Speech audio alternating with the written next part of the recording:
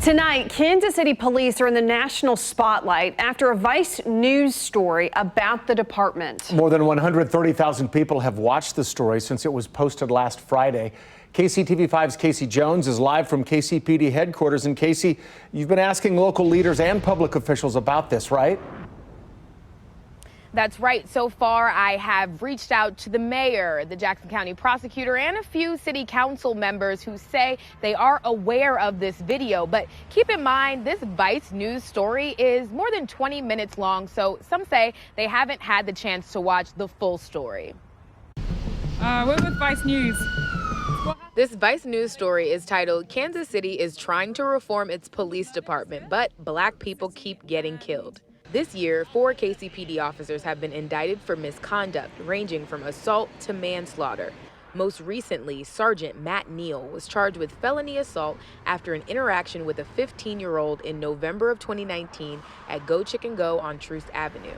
Vice interviewed the alleged victim. He did not want to show his face. They had my hands behind my back, and after he had put the handcuffs on, he just grabbed the back of my head and then slammed into the concrete. He started kneeling on my neck with his knee.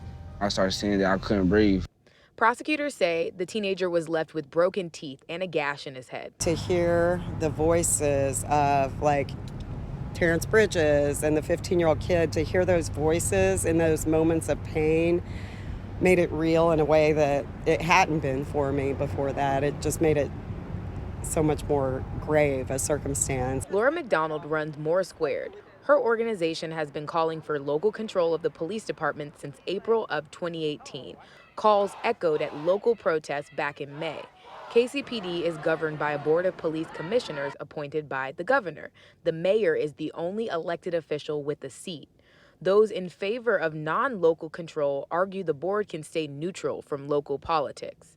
But McDonald says the Vice News story reiterates the need to push for accountability and transparency in KCPD. What we've been maintaining all along at More Squared is it absolutely happens here. They're just better at covering it up. Chief Rick Smith was interviewed by Vice News.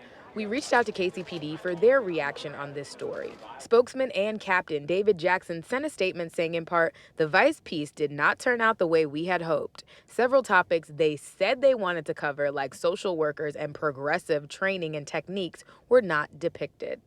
McDonald hopes people nationwide and in the local community who see the Vice story will understand the urgency in pushing for police reforms. We need to restore this democracy over this police department because what we have right now isn't working.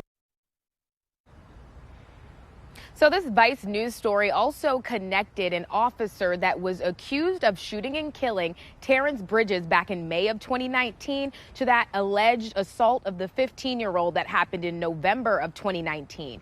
KCTV5 has requested the documents from that assault case to confirm the connection, and we will update you with those details when we get them. Reporting live from Kansas City, Casey Jones, KCTV5 News. Casey, thank you.